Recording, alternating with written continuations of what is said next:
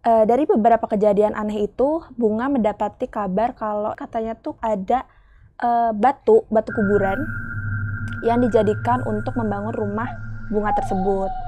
Bunga ini ngerasa kalau Andi ini kayak ada dia melihat sesuatu yang kayaknya Bunga ini nggak bisa lihat gitu. Dan Bunga ini merasa kalau ada yang mengganggu, akhirnya dia benar-benar emosi dan nggak sadar dia mengucapkan hal tersebut. Dengan lantang langsung berbicara kayak, ya udah sini nampakin wujudnya kalau berani gitu kan. Padahal Bunga ini bulu kuduknya udah pada berdiri semua, tapi karena emang emosi akhirnya dia mengucapkan kata-kata tersebut gitu. Nah, karena Bunga dan suami ini ngerasa kayak ada yang janggal dengan hal itu, akhirnya Bunga dan suami memanggil beberapa kiai dan orang-orang pinter. Setelah dicek, benar aja gitu, ada sosok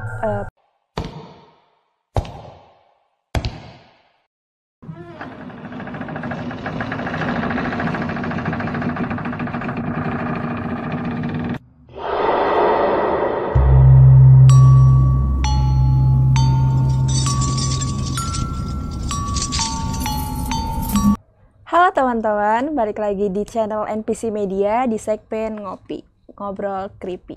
Di video kali ini, aku bakal bawain satu cerita horor lagi yang berasal dari salah satu teman kita yang bernama Bunga. Halo Bunga, tapi disclaimer dulu, semua nama dan tempat udah kita samarkan ya guys. Tapi sebelum lanjut ke ceritanya, kalian jangan lupa like, comment, share, dan subscribe. Dan jangan lupa juga nyalain lonceng notifikasinya biar kalian gak ketinggalan updatean dari kita, oke? Oke. Cerita ini bermula dari seorang perempuan muda yang bernama Bunga. Dia sudah menikah dan dia tinggal bersama mertuanya, jadi kayak tinggal di orang tua suaminya. Dan Bunga ini juga sudah dikaruniai seorang anak laki-laki yang bernama Andi, yang sangat lucu-lucu gemes gitu ya. Dan umurnya itu sekitar 2-3 tahun gitu. Dan ini juga pertama kalinya Bunga ini mempunyai anak, jadi Bunga ini benar-benar hati-hati banget untuk ngejaga anaknya itu. Di masa pertumbuhan seorang Andi ini selalu terbangun di setiap malam kayak menangis, kayak ketakutan ngelihat sesuatu gitu. Bunga ini heran dong, kayak kenapa setiap malam tuh pasti selalu nangis dan selalu kayak ketakutan. Akhirnya karena emosi, karena si Andi ini selalu gak bisa tidur dan nangis terus, akhirnya emosi dong Bunga ini. Dia dengan lantang langsung berbicara kayak, ya udah sini nampakin wujudnya kalau berani gitu kan. Padahal Bunga ini bulu kuduknya udah pada berdiri semua, tapi karena emang emosi akhirnya dia mengucapkan kata-kata tersebut gitu.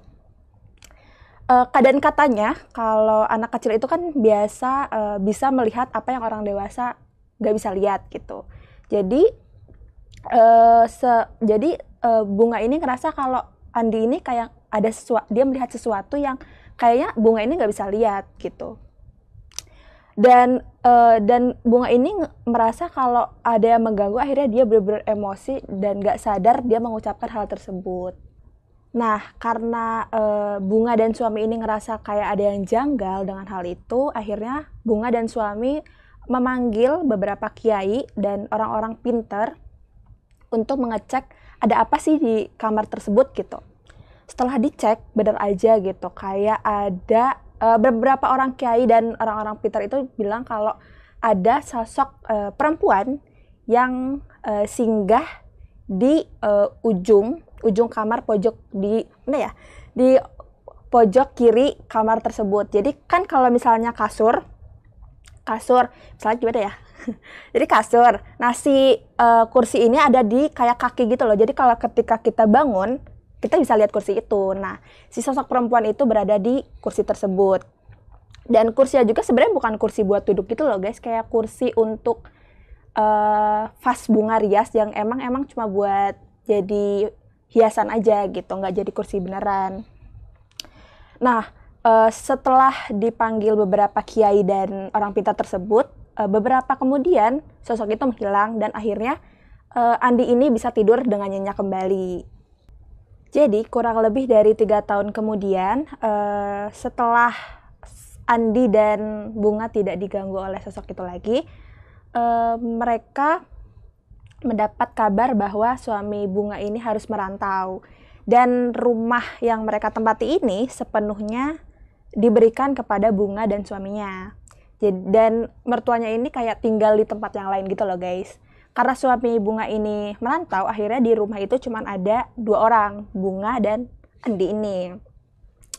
Kayak di suatu malam, hujan, lebat, angin, Bunga ini bangun tidur. Jadi kayak masih, matanya tuh kayak masih, kayak belum sadar sepenuhnya gitu.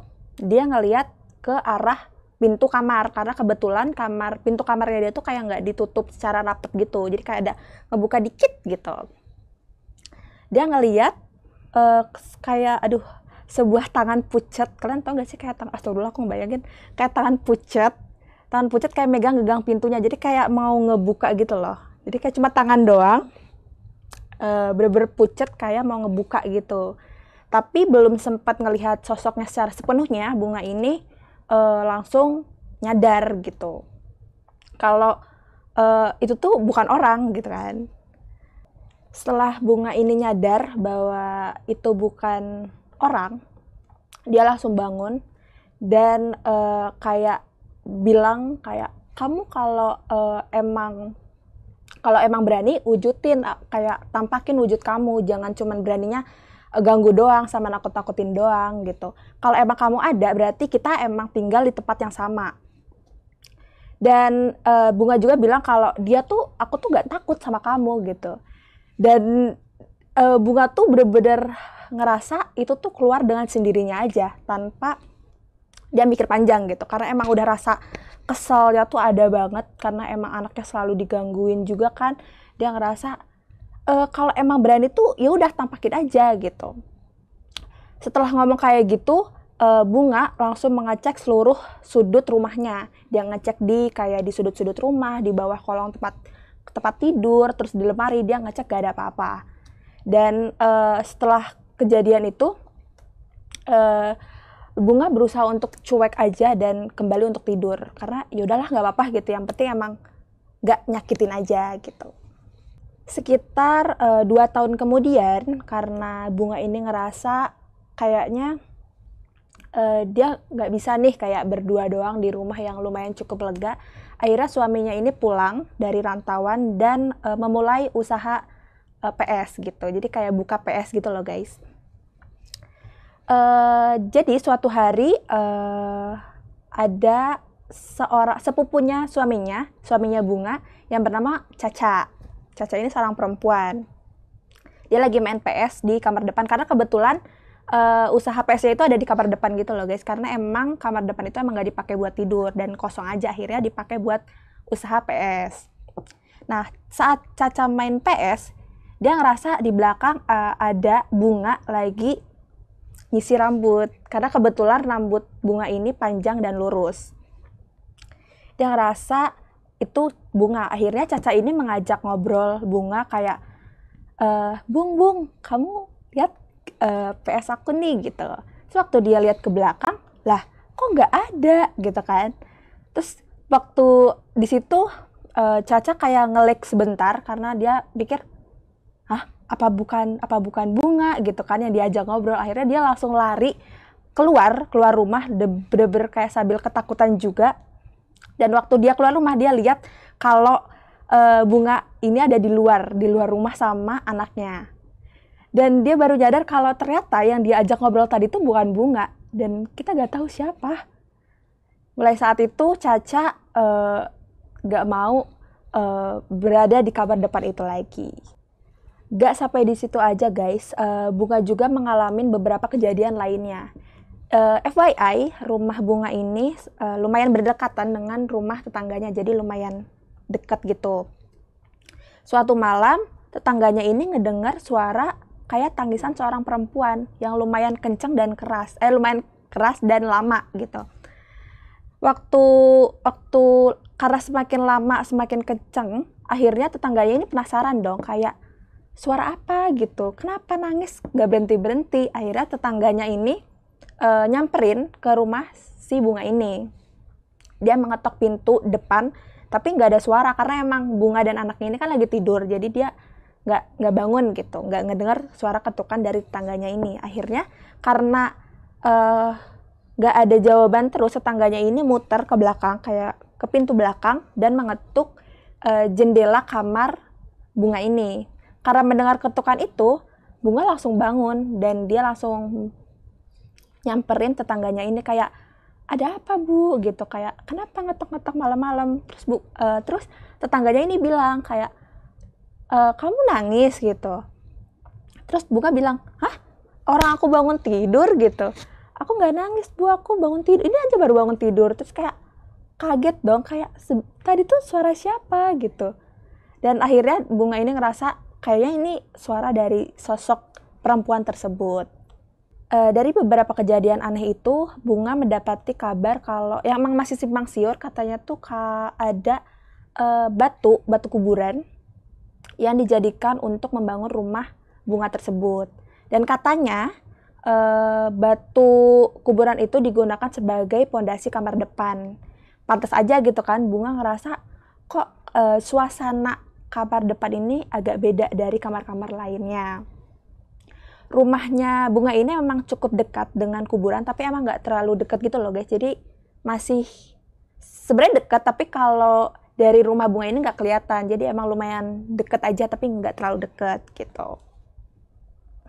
Dan Bunga ini juga tidak terlalu percaya dengan hal-hal seperti itu. Akhirnya dia lumayan, untungnya juga ya, Bunga tuh orangnya berani dan nggak penakut gitu. Dan karena Bunga ini cukup berani, dia selalu marah-marah ketika ada yang janggal di rumahnya. Dan sejauh ini juga Bunga nggak pernah ngeliat sosok tersebut secara utuh. Paling kan cuman kayak yang dia megang gagang pintu yang kelihatan cuma tangannya aja. Dari sini kita bisa menyimpulkan ya guys, kalau kita berani dan kita nggak takut, pasti energi kita akan lebih besar daripada energi si sosok tersebut. Dan kalau kita takut, mereka tuh kayak lebih senang ngeganggu kita karena energi kita tuh energi mereka lebih tinggi daripada energi kita. Makanya kenapa kita harus berani dan nggak boleh takut kalau kita ngerasa ada sosok itu di sekitar kita. Dan kita juga punya Allah, punya Tuhan yang selalu ngelindungin kita dari hal-hal seperti itu. Jadi kalian harus percaya bahwa hal-hal itu juga diciptakan oleh Tuhan, maka kalian harus lebih takut sama Tuhan ya guys gitu. Selama Bunga ini tinggal di rumah sendiri, Bunga ini memang gak terlalu takut dengan hantu, melainkan dengan manusia, karena emang manusia itu lebih menakutkan dari hantu ya guys. Dan aku juga pernah dengar katanya kalau hantu itu tidak bisa membunuh manusia, dan yang bisa membunuh manusia ya manusia gitu. Makanya kenapa kalau orang-orang berani itu biasanya nggak takut sama hantu sih. Tapi kalau aku takut sih, sebenarnya aku nggak takut sih, aku tuh kaget aja gitu. Kalau nggak ada yang ngagetin mah nggak takut. Jadi kalian tim takut hantu atau enggak guys? Oke, segitu aja ceritanya. Dan dari cerita ini kita bisa menyimpulkan bahwa kalau kita takut dengan mereka akan semakin suka ngeganggu kita. Makanya aku juga pernah dengar katanya kalau nemu atau lihat kayak gitu jangan ditakutin gitu. Biarin aja, kalau bisa mah dilihat gitu. Tapi dia tetep ya kalau misalnya lihat gitu di depan mata, pasti tetap aja takut gitu. Dan poin penting lainnya juga kita bisa dapat kalau semakin kita berani, hantu tersebut bakal ngerasa takut sama kita juga. Oke, segitu aja ceritanya. Thank you banget yang udah dengerin sampai habis. Buat kalian yang punya cerita horor juga dan mau kita ceritain, bisa banget kirimin cerita kalian di bawah ini ya guys. Dan jangan lupa like, comment, dan share, dan subscribe. Dan jangan lupa juga nyalain lonceng notifikasinya biar kalian gak ketinggalan video dan updatean dari kita. Oke, thank you guys. Bye-bye. See you.